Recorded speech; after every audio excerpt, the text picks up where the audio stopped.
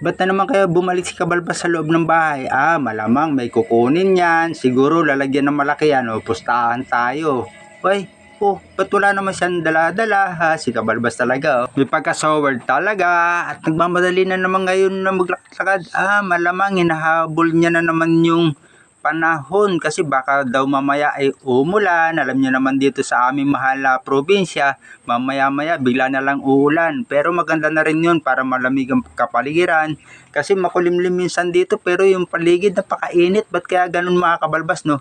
Pero kung pagmamasdan yung paligid natin, di ba, maliwalas, medyo makulimlim, masarap pumunta dito sa kabukiran. At kung makikita ninyo, yung daanan ni Kabalbas, talaga nga naman meron pang nadadaan ng sapa bang tawag dyan, hindi natin alam, basta yung may tubig, kanal naman siguro, pero malinis naman kasi may kangkong.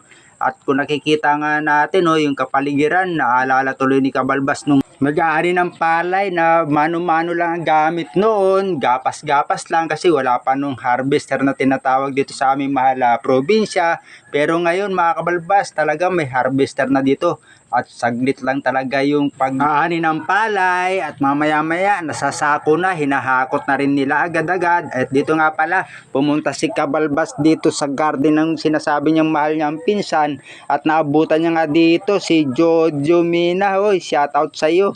Napakasipag, napakabuti kong kaibigan, nakaklase yan nung aking elementary days namin. At talaga nga naman napakahilig niya sa bukid at siyempre hindi kami nagsisi sa tinahak namin mga buhay. Kanya-kanya lang naman yung diskarte yan, di ba mga kabalbas? At kung makikita nyo rito sa garden ng aking mahal na pinsan, yun nga, at napangasawa ni Jojo, shoutout sa'yo, Jonalyn. At yun nga, tuloy-tuloy na natin ang pag-shoutout habang tinitingnan ninyo yung mga tanim dito sa garden nga. Yan, mga kamatis, yung binhi nga pala o punla na sibuyas, yan na mayroon takip ng tolda. May mga sili rin, yun, napakarami. Dito yung sili na hindi siya maanghang, na masarap siyang ipaksiw.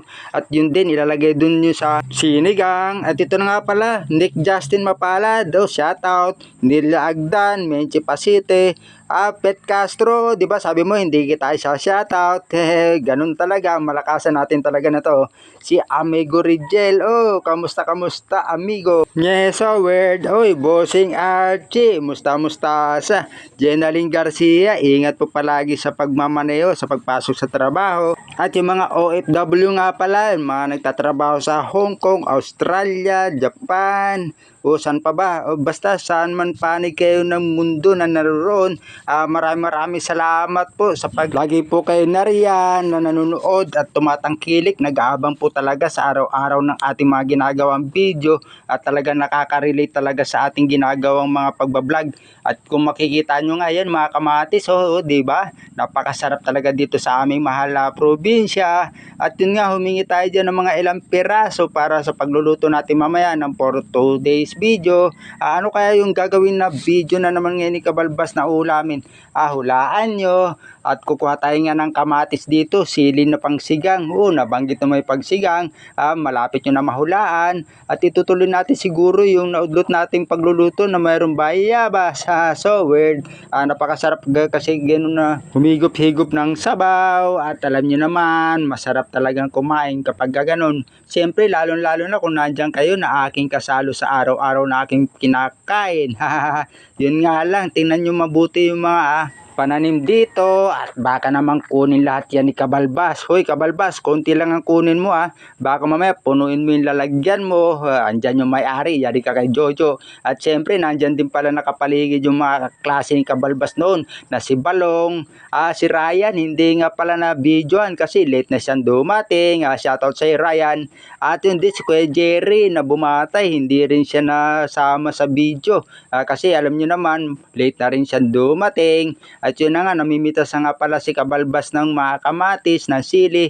Uy, ano pang kinukuha mo dyan? Mamaya, puno na yung lalagyan mo nakakaya. Di bali, libre naman At syempre, nandyan nga yung may-ari, hindi tayo pwedeng kumuha ng marami. Pero sabi ng aking mahal nga na pinsan, doon ka kumuha sa garden nga ng mga kamatis, ng mga sili. Kaya ginawa ni Kabalbas, pumunta rito sa garden nila. At yan nga, kung makikita nyo, yan lang kinuha ni Kabalbas kasi nakakahiya. Pero pero napitas na, hindi na pwedeng ibalik. Yun lang.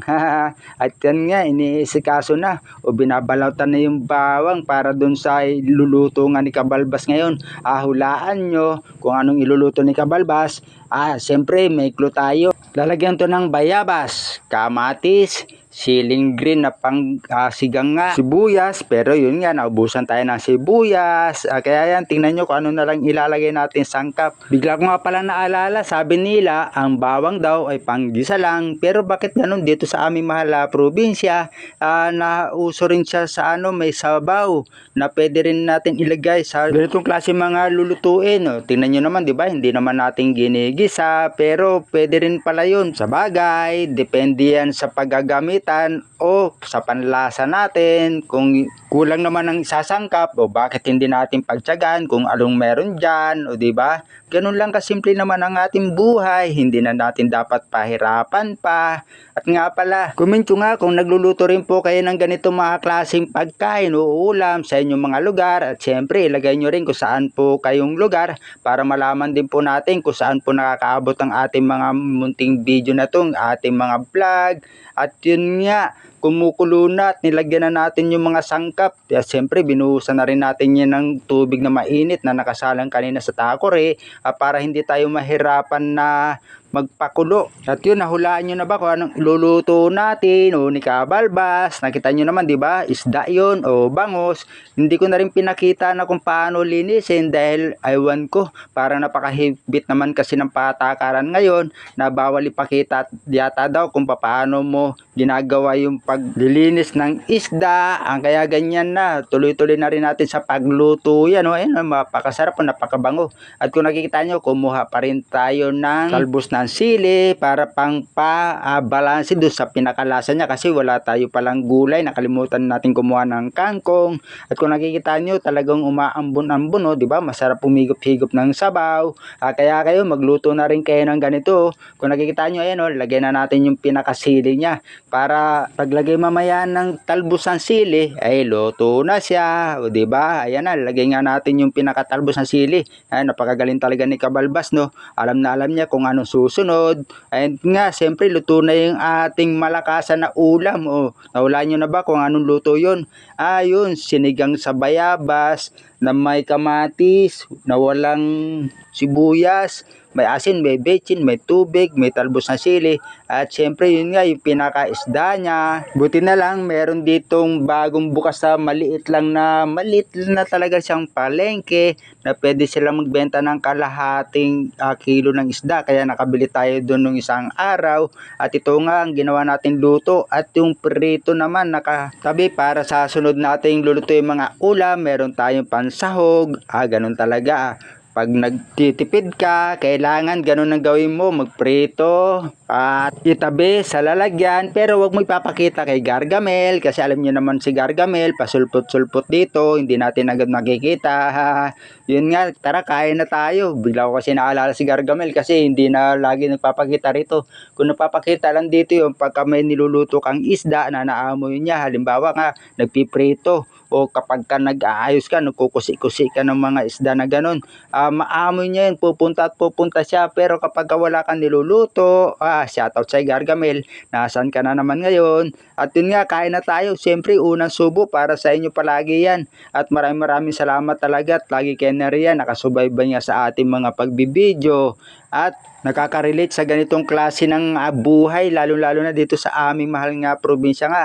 Makikita mo lang dito, 'di ba? Napakaraming libre. Yun nga lang, bibili ka pa rin halimbawa nga ng isda. Pero kung gusto mo rin naman dito mamingwit, yun nga lang, hindi natin gano'ng magawa dahil minsan mayroon sa atin nagpapaload sa TV, sa cellphone. Hindi tayo makaalis ang malayo dito, kaya dito lang tayo sa paligid-ligid ng ating bahay, gumagawa ng content. Nakikita nyo naman, 'di ba? Lagi ko pinapakita sa inyo yung paligid ng ating munting dampa, itong barong-barong.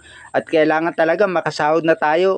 Pasahurin nyo na si Kabalbas para mapagawa ko na ito at munting ating dampa at malagyan na ng bubong. At para pag nakikita nila sa video, maayos sa pala yung bahay ni Kabalbas. Wala na mga butas-butas sa bubong at nabubulok na mga kugon. Napakabilis lang pala mabulok ang kugon. Ito nga pala si Kabalbas na lagi nagpapaalala, mahalin natin ang ating mga kalusugan. at mahalin natin ang ating kalikasan. Okay?